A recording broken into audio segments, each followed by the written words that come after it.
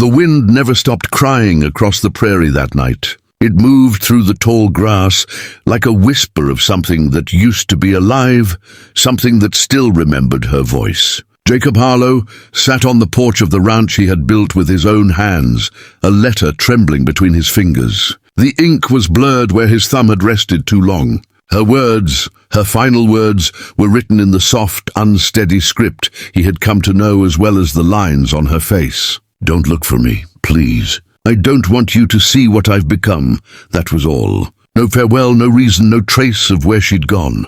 When Jacob opened his eyes, dawn was spilling like fire over the canyon rim. His lantern lay shattered beside him, his horse nowhere to be seen. For a long moment he thought he had dreamed her, Clara, her voice, her warning. But then he saw it, her footprint in the dust beside his own, small, bare, recent.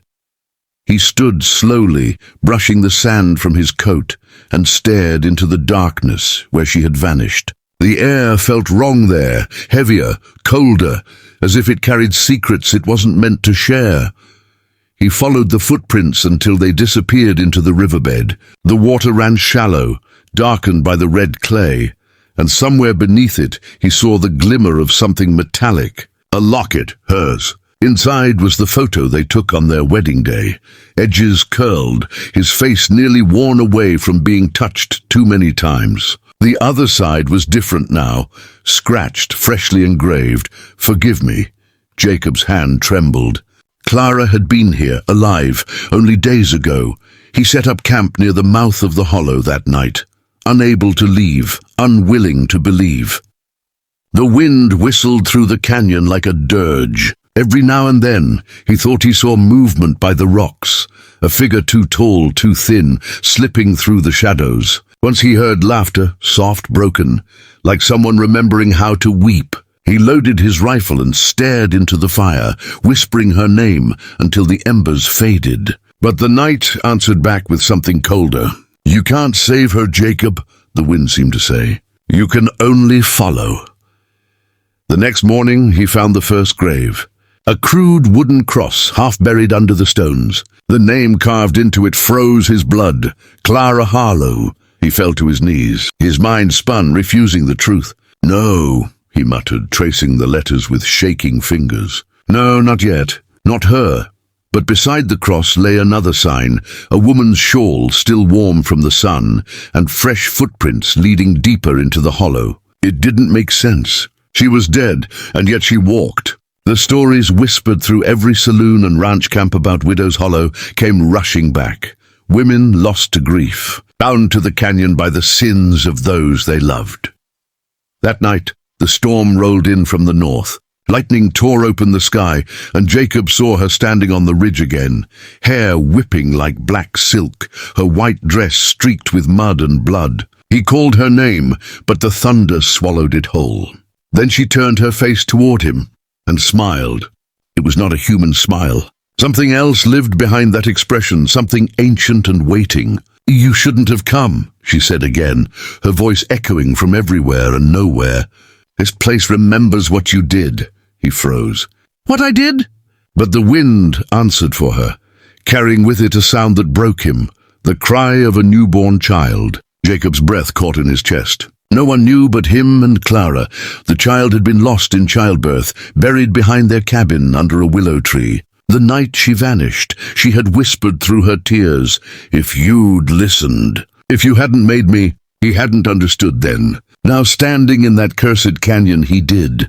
The ground beneath him shifted. A low rumble rolled through the stones like a living heartbeat. Jacob turned and saw figures emerging from the shadows. Women, dozens of them, their forms shimmering between flesh and dust, their faces twisted in grief and fury. They were the lost wives, the ones who had vanished into the hollow long before Clara. "He's come to confess," one whispered. "Or to join us," said another. They circled him slowly, their eyes burning like coals in the stormlight. Jacob raised his rifle, but the steel turned to rust in his hands. "I came for her," he said, his voice breaking. "I came to bring her home." The spirits laughed, a hollow, windless sound. "She is home," they hissed, "and so are you." Then The lightning struck, lighting up the canyon in a flash of silver fire. In that instant, Jacob saw Clara again, standing in the center of the storm, holding something small, wrapped in cloth. A child, their child. "You left us," she said softly, eyes glistening with sorrow. "You buried love, Jacob. Now you'll dig it up." The earth cracked open beneath his feet. He fell to his knees, reaching for her, screaming her name until his throat bled. But the wind tore her away, scattering her form like ashes. Then silence, only the sound of rain hitting the red dust. By morning the storm was gone. The canyon was still, and in its center there was no sign of Jacob Harlow. Only a new grave beside the others, marked with a simple carving in the wood. Forgiven. The silence between them stretched long, as if even the desert itself was holding its breath. The younger brother, still lean but hardened by years of toil, tried to steady his nerves. His hand brushed the worn handle of his revolver, not in threat, but in instinct. Against the horizon, the army of riders waited motionless, their horses shifting and snorting, dust swirling at their hooves like restless spirits. He had never seen such discipline in a force of men. She had turned scattered tribes into an army. That alone made her more dangerous than any general the frontier had ever known. "You came back," the younger brother finally said, his voice low. "But not for us." Her gaze pinned him, sharp as the edge of a blade. "I came back because of you. Do not mistake it."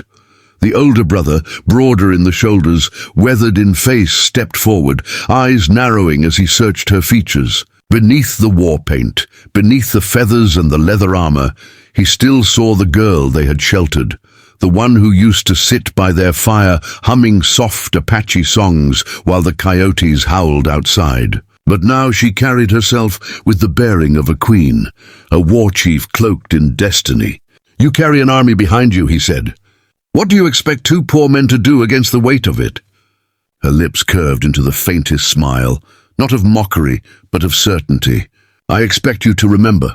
Those words struck like a hammer. The brothers exchanged a look, the past rushing back in fragments, the night they found her, the fear in her eyes, the choice they had made without question. That memory was their bond, yet it was also the root of the unknown now standing before them. What had she carried all these years? Gratitude, anger, or something far more dangerous? A debt she believed must be paid? She raised her hand, and from the army behind her, riders stepped forward, carrying bundles wrapped in cloth. They laid them at the brothers' feet. The cloth fell away, revealing rifles, ammunition, and supplies finer than anything the ranch had seen. The younger brother blinked, stunned. "What's this?" "Your salvation," she answered. "I know your struggles. Your land has been stolen piece by piece. The cattle drives bypass you, the railroads crush you. You saved me, and I have not forgotten. But now I give you a choice." Her eyes glinted like obsidian under the sun. "Stand with me, with my people, with my army, and you will rise from poverty to power. Refuse, and you will be swept aside, as all who stand in the path of destiny are swept aside." The weight of her words pressed on them like the heat of the sun. The younger brother shifted, excitement flickering in his eyes despite his fear. For 20 years they had clawed for scraps. Here was a chance, not just survival, but a new place in a world that had long forgotten them. But the older brother's jaw tightened. He had lived long enough to know that every gift came with a price, and this price was blood. "You talk of destiny," the older brother said slowly. "But destiny always demands a sacrifice. Whose blood are you asking us to spill?" The woman's gaze did not waver. Her voice was cold, steady, without remorse. "The same men who burned my village, the same ranchers and soldiers who took your land and left you to rot. Their time is ending, and I will see it finished. With you beside me, it will be faster. Without you, it will still be done."